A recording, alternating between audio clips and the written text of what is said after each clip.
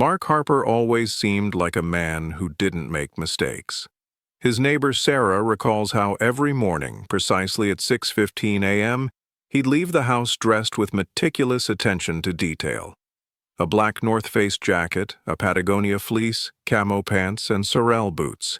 His outfit was always tailored to withstand the most extreme conditions. On his head, he wore a merino wool beanie because, as he often said, wool retains heat even when wet. His Garmin watch, equipped with GPS and an emergency call feature, always showed the exact time.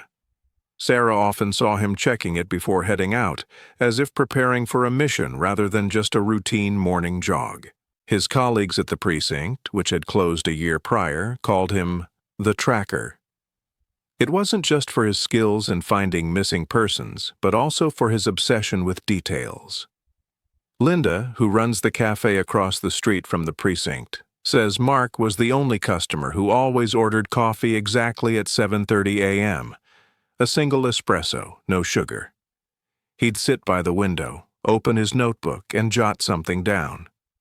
Linda only caught glimpses of his notes, lists, routes, sometimes diagrams. He never left the notebook unattended, always closing it if someone came too close. His former partner, James, remembers the time Mark found a missing boy in the woods after a search team had failed to locate him for 3 days. Mark spotted traces no one else had noticed, small indentations in the grass, as if someone had sat down to rest. He found the boy 2 hours later. After that, James started calling him the man who sees what others miss. At home, Mark's life was organized with military precision. Sarah, who lives across the street, once went over to pick up a package. She describes his house as a survivalist camp. The kitchen had water containers, and the shelves were stocked with a month's worth of food.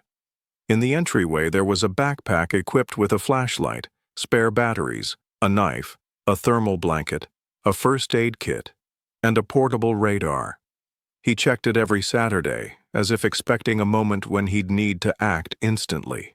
But on the evening of January 18th, something changed. Linda noticed him at the cafe at 5:45 p.m.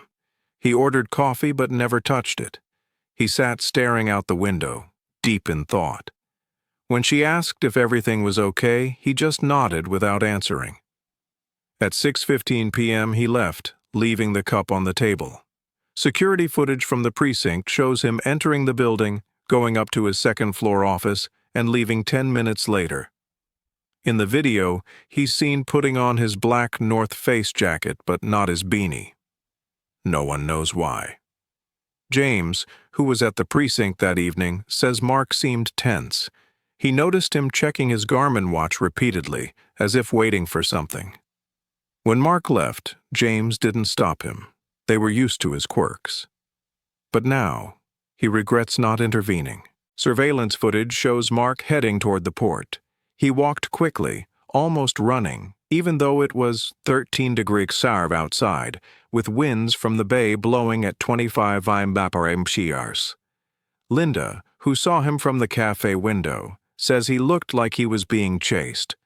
But the street was empty. Jake, a fisherman repairing his boat at the port, heard shouts. At first, he thought it was the wind, but then he spotted a figure on the pier. The shouts sounded like fragments of a conversation, but he couldn't make out the words. Sarah, who was later interviewed by police, claims she saw Mark around 7 p.m.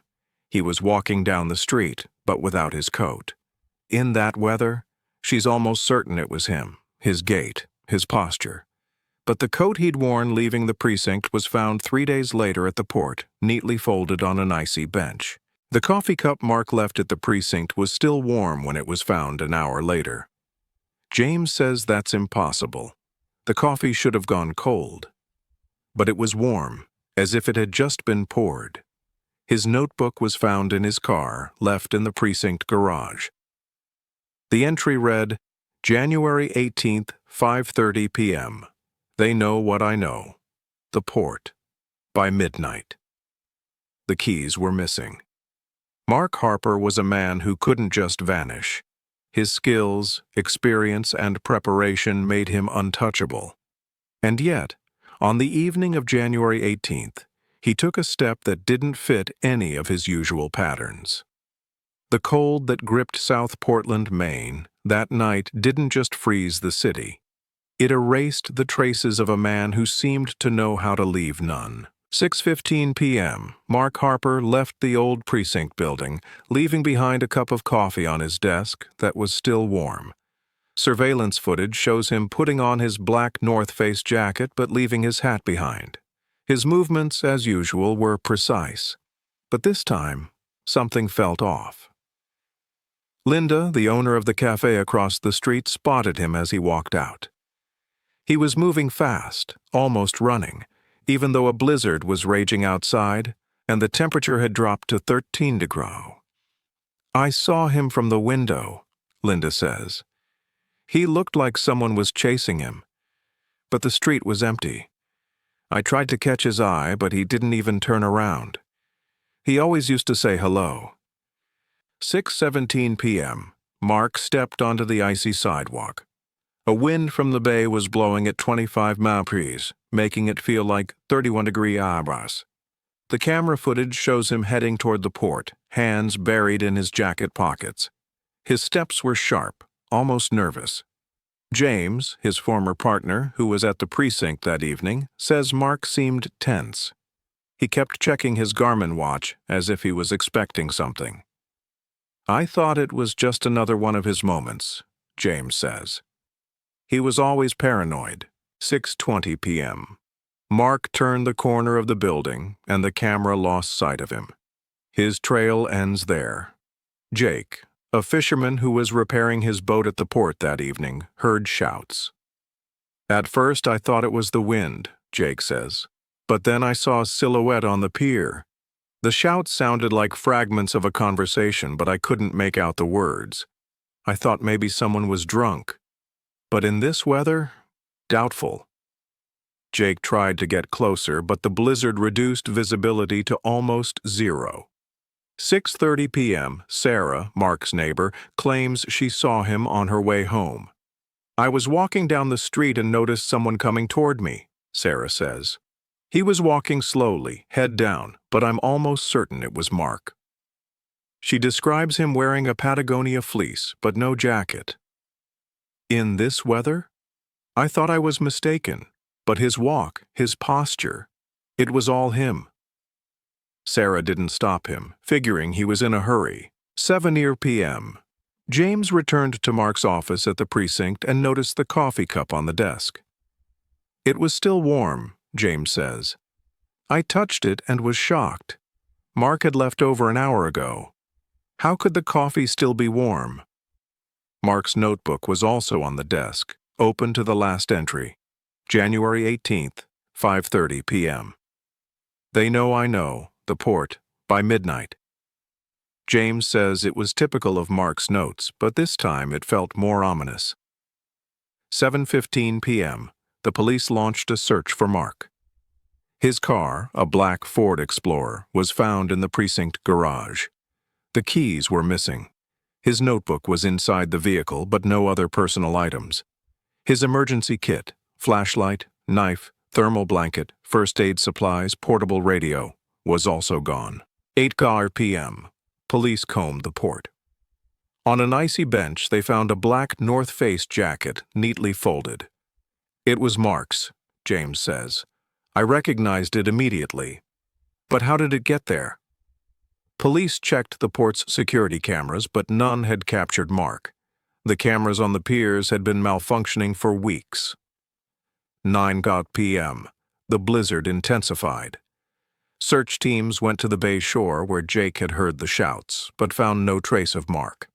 The wind created conditions so severe that even seasoned rescuers admitted the search was nearly futile. The temperature continued to plummet, dropping below 22 degrees. 10 p.m., police interviewed Mark's neighbors. Everyone who knew him said he wasn't the type to simply vanish. "Mark was prepared for anything," Sarah says. "He had stocks of food, water, and fuel at home. He always knew what to do in an emergency. His disappearance makes no sense. 11 p.m. Police reviewed the surveillance footage again. It showed Mark leaving the precinct, heading toward the port, and then disappearing. No signs of a struggle, no suspicious figures. Just wind and snow, erasing everything in their path. Midnight, the time Mark had noted in his entry, came and went. It was like he knew something was going to happen, James says. But what? We didn't find a single answer. His disappearance remained a mystery. 3 days later, the search continued.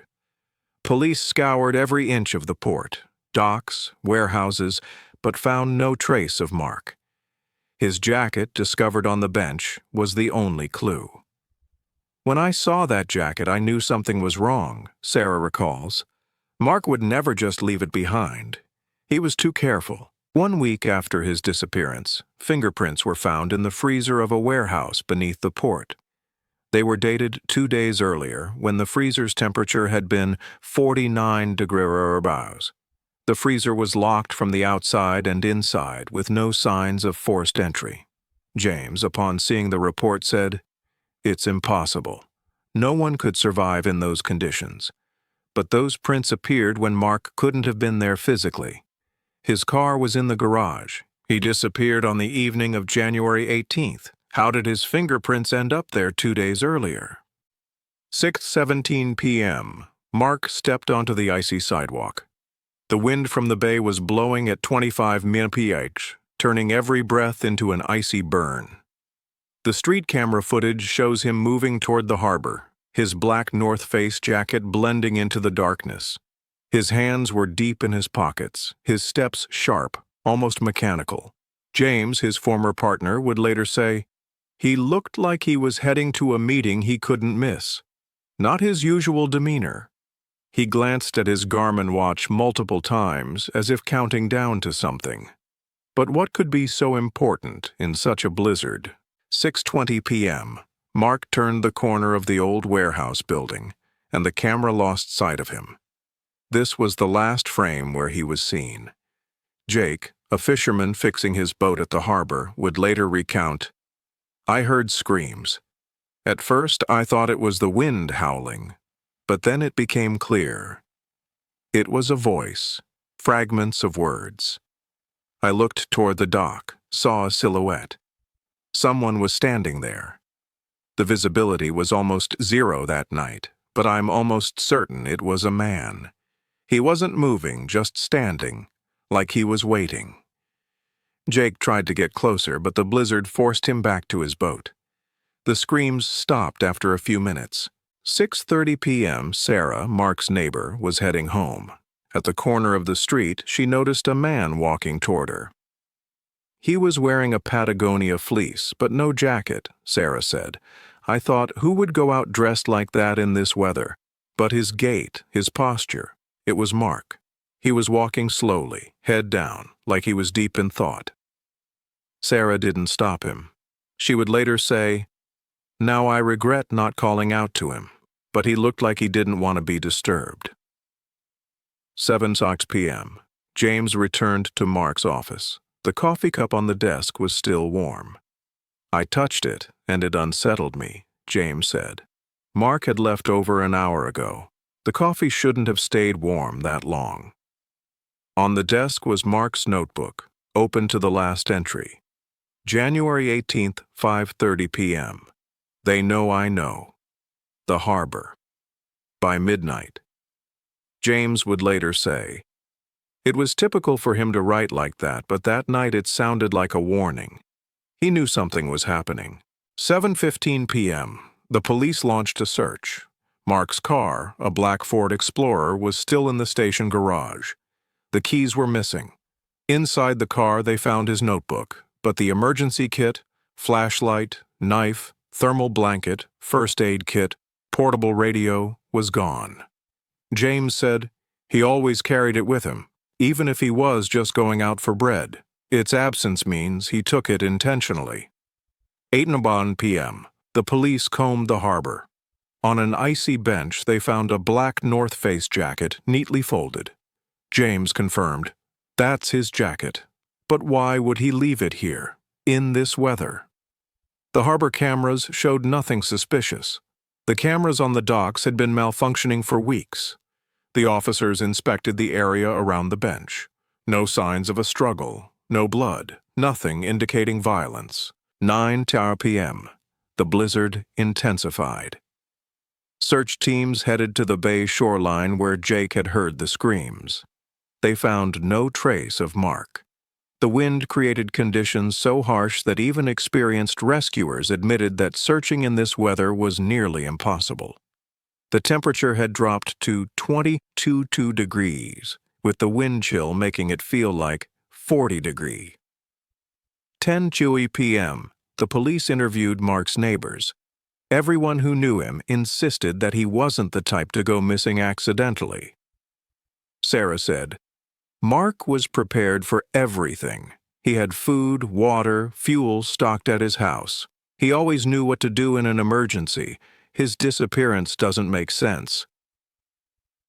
11:00 p.m. The police revisited the camera footage.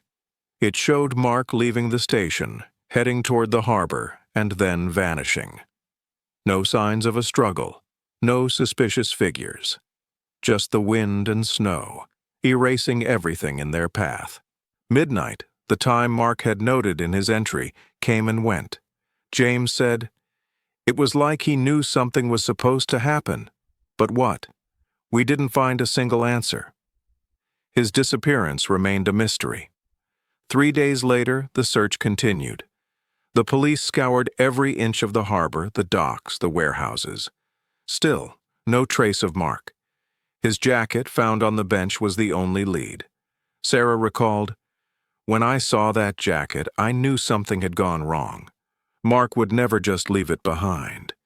He was too careful." A week after his disappearance, fingerprints were discovered in a freezer beneath the harbor warehouse. They were dated 2 days earlier, when the temperature inside the freezer had been 49 degrees. The freezer was locked from both the outside and inside, with no signs of forced entry. James, seeing the report, said, "It's impossible. No one could have survived in those conditions. But those fingerprints appeared at a time when Mark physically couldn't have been there. His car was in the garage. He disappeared on the evening of January 18th. How did his fingerprints end up there 2 days earlier?" 11:10 p.m., a team of police officers led by Detective James arrived at the walk-in freezer beneath the port warehouse in Long Beach, California. The door was secured with a heavy-duty padlock coated in a thick layer of frost. James examined it closely. No signs of forced entry. The lock appeared untouched, as if it hadn't been opened in weeks. Carefully, using specialized tools to chip away the ice from the metal, they managed to open the door. Inside, the temperature was 49 degrees.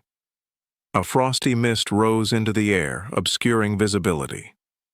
On the floor near the wall, clear fingerprints were visible. "I raised my flashlight, and the beam caught them in the darkness," James said. They looked fresh, as if left just minutes earlier. Yet the freezer's temperature log showed no change since January 16th. 11:30 p.m. Forensic technicians took photos and collected samples. "We checked the sensors," the technician said. "The temperature inside has been consistently 49 degrees since January 16th. No fluctuations. Under these conditions, a human can't survive more than a few minutes. But these prints, they match Mark Harper's. We ran the tests 3 times. James shook his head. "How could he have been here? His car was in the garage. He disappeared on January 18th. These prints date back to the 16th. It's physically impossible." 12:15 a.m. Police began questioning port employees. Everyone working that night claimed they hadn't seen anyone near the freezer. "We haven't opened it since January 15th, the warehouse manager said. "That was the last inventory restock. After that, no one went in there. The lock was in place and the keys were in my safe. I checked it daily. Nothing was out of place." 1 a.m., James contacted the port's surveillance operator.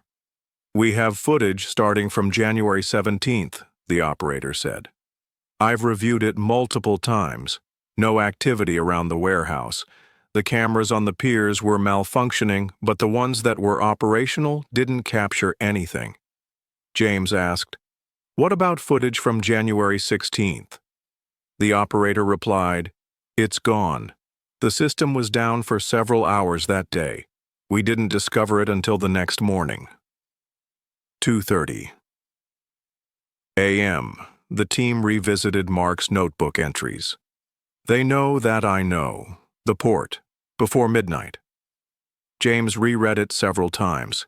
He told the other detectives, "This is the key. Mark wouldn't have written this without a reason. He knew something was going to happen. But what?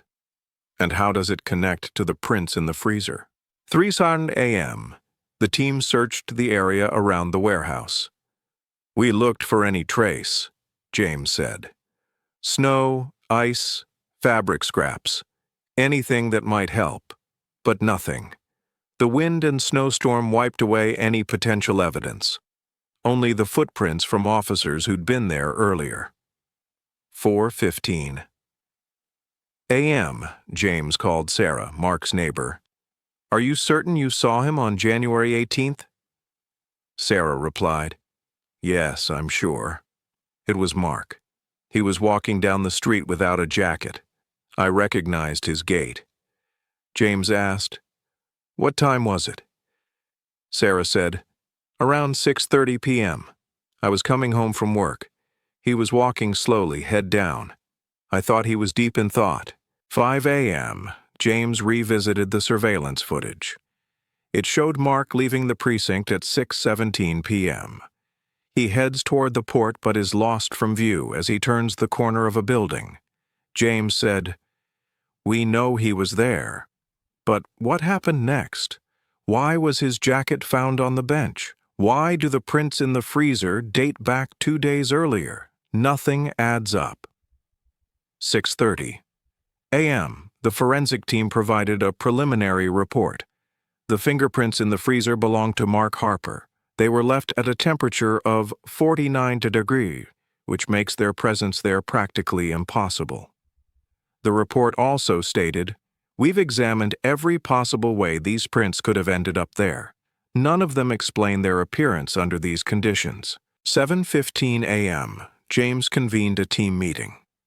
"We're dealing with something that challenges everything we know," he said. "Mark Harper's fingerprints in the freezer, dated 2 days before he could have physically been there. His jacket left on a bench at the port. His disappearance under circumstances he knew better than anyone. We need to look for answers beyond conventional logic." 8:00 a.m. Police began a second inspection of the freezer. "We examined every detail," James said. "The lock, the door, the floor, the walls, everything was in perfect condition. No signs of forced entry, no damage. Only the fingerprints, which the experts say couldn't possibly be there." 9:00 a.m. James contacted a cryogenics expert. He asked, "Is it possible for fingerprints to remain intact under these conditions?" The expert replied, "No. At 49 degrees, fingerprints begin to degrade within minutes. Even if someone left them, they wouldn't have remained in this state. But these prints, they look freshly made. It defies the laws of physics." 10:30 a.m. The team revisited Mark's notes. Another strange entry was found in his notebook, dated January 15th. "The port. The mystery runs deeper than it seems." James said, "He knew something was happening, but what? And how does it connect to his disappearance? The prints in the freezer, his jacket, the hot coffee? It's a puzzle we can't piece together." 12:00 p.m. Police announced a temporary halt to the investigation. James said, "We've exhausted every possible lead. All we can do now is wait. Maybe new evidence will surface. Maybe Mark will reach out. But for now, his disappearance remains a mystery that challenges everything we believe in." 12:15 p.m. James received a call from Lydia, Mark's wife. She said, "I found something strange in his old records. It was in his closet behind a box of documents. James went to check it out. In the closet was an envelope, sealed with a stamp dated January 15th. The handwriting on the envelope was Mark's. It read, "In case of my disappearance." Lydia trembled as she handed it over. "I didn't know this was here. He never mentioned anything like this." James carefully opened the envelope. Inside was a map of the port with a mark on the freezer room, and a note. January 16th, 11 p.m. Lydia whispered, "But he disappeared on January 18th. What does this mean?" 12:45 p.m. James returned to the precinct with the envelope. He laid the map on the table and compared it to the official port blueprints. The mark on the map was accurate, the freezer room. But the date, January 16th, it matched the date of the fingerprints. James picked up Mark's notebook and found an entry from January 15th. The port. The mystery is deeper than it seems. He connected the dots. It seemed Mark knew something was going to happen on January 16th. But what? 1:10 p.m. James reached out to Mark's colleague, Ben, who had worked with him on the last case before his dismissal. Ben said, "Mark was obsessed with that port. He said something strange was going on there, but I didn't know what exactly. He mentioned January 16th, said it could be the key, but he didn't want to share details." James asked, "Why?" Ben replied, "He was afraid someone was listening. He got really cautious after that ambush incident." 1:40 p.m. James decided to review the CCTV footage from January 16th again. He found footage from 10:45 p.m. on a camera located 150 feet from the freezer room. It showed a silhouette of a man walking toward the warehouse. James zoomed in. It was Mark. He was wearing his black North Face jacket. He looked tense, glancing around as if he was afraid of being followed. James traced his path through the cameras. Mark reached the warehouse and disappeared from view. Then, nothing. No further footage. 2:00 p.m., James checked the port security log for January 16th. The last entry read, 11:00 p.m. Freezer room check, all clear. Signature, Dave, security guard. James found Dave and asked him about it. Dave said, "Yeah, I checked the freezer room at 11:00 p.m., but I didn't go inside. Just checked the lock. The door was locked. Everything seemed fine." James asked, "Did you see anyone around?" Dave shook his head. "No one." 2:30 p.m. James returned to the footage where Mark disappeared. He noticed a faint shadow in the background at the moment Mark vanished. He zoomed in. It was another person, standing around the corner. The face wasn't visible, just a silhouette. James paused the footage. Who was that? And why were they standing there? 3:00 p.m. James began questioning port employees who had worked on January 16th. One of them, Tom, said, "I saw Mark. He was heading to the warehouse. I thought he was checking something for work. I didn't follow him." James asked, "Did you see him enter the freezer room?" Tom replied, "No, I left a few minutes before that." James asked, "Do you know why he was going there?" Tom shook his head. "No, he didn't say anything." 3:30 p.m. James called Lydia again. He asked, "Did Mark mention anything about January 16? Lydia answered, "No, he didn't say a word, but he was acting really strange that day. In the morning, he checked all the doors and windows. Then he left without an explanation. When he came back, he looked confused." James asked, "What did he do all day?" Lydia answered, "He sat in his office and wrote in his notebook. I don't know what about." 4:00 p.m. James returned to the map found at Lydia's place. He noticed there was a phone number on the back. He called it. A man with a deep voice answered, "Hello?" James introduced himself and asked who he was speaking to. The man said, "It's Ray. I worked with Mark." James asked, "On what?" Ray replied, "He asked me to check something at the port, but I don't know what exactly. He said he'd contact me on January 16th, but he never called." James asked, "Do you know why he was interested in the port?" Ray replied, "No, but he said it could be dangerous." 4:30 p.m. James looked through Mark's notebook again. On the page dated January 15th, it read, "The port. The mystery is deeper than it seems."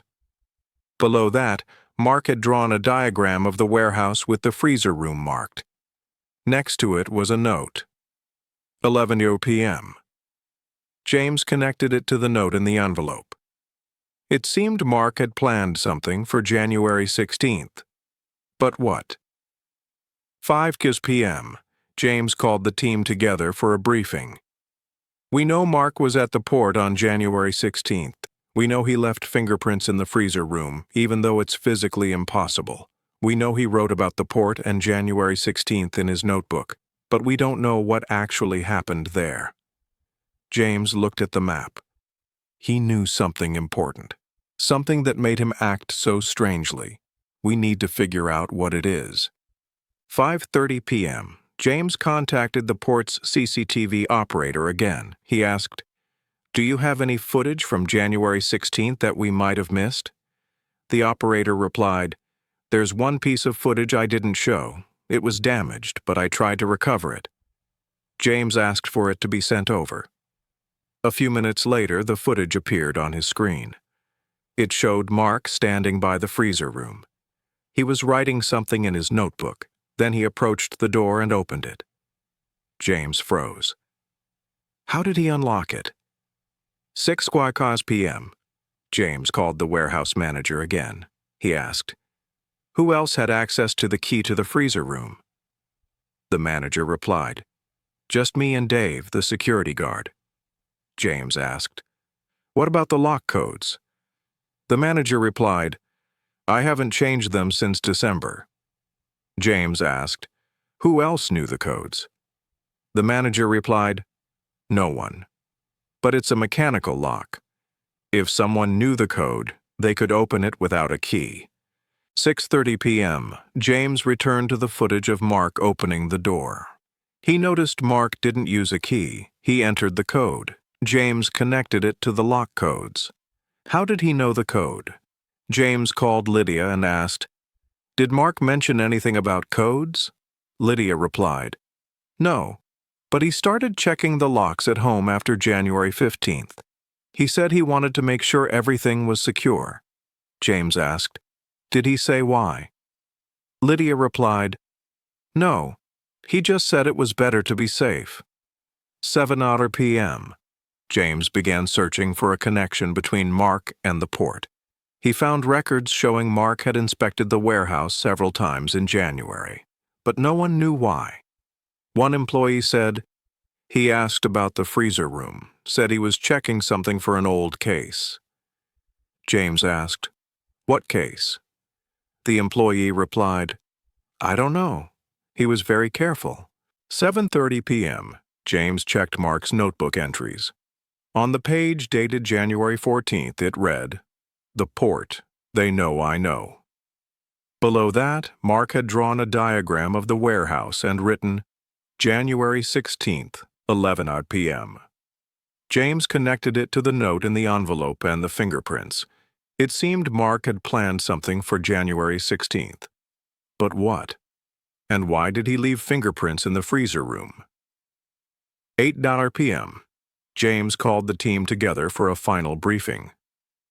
We know Mark was at the port on January 16th. We know he left fingerprints in the freezer room. We know he planned something for 11 p.m. But we don't know what. James looked at the map. He knew something important, something that made him act so strangely. We need to continue the investigation. 8:30 p.m., James called Lydia. He said, "We still don't know what happened to Mark, but we know he was hiding something. We'll find the answers."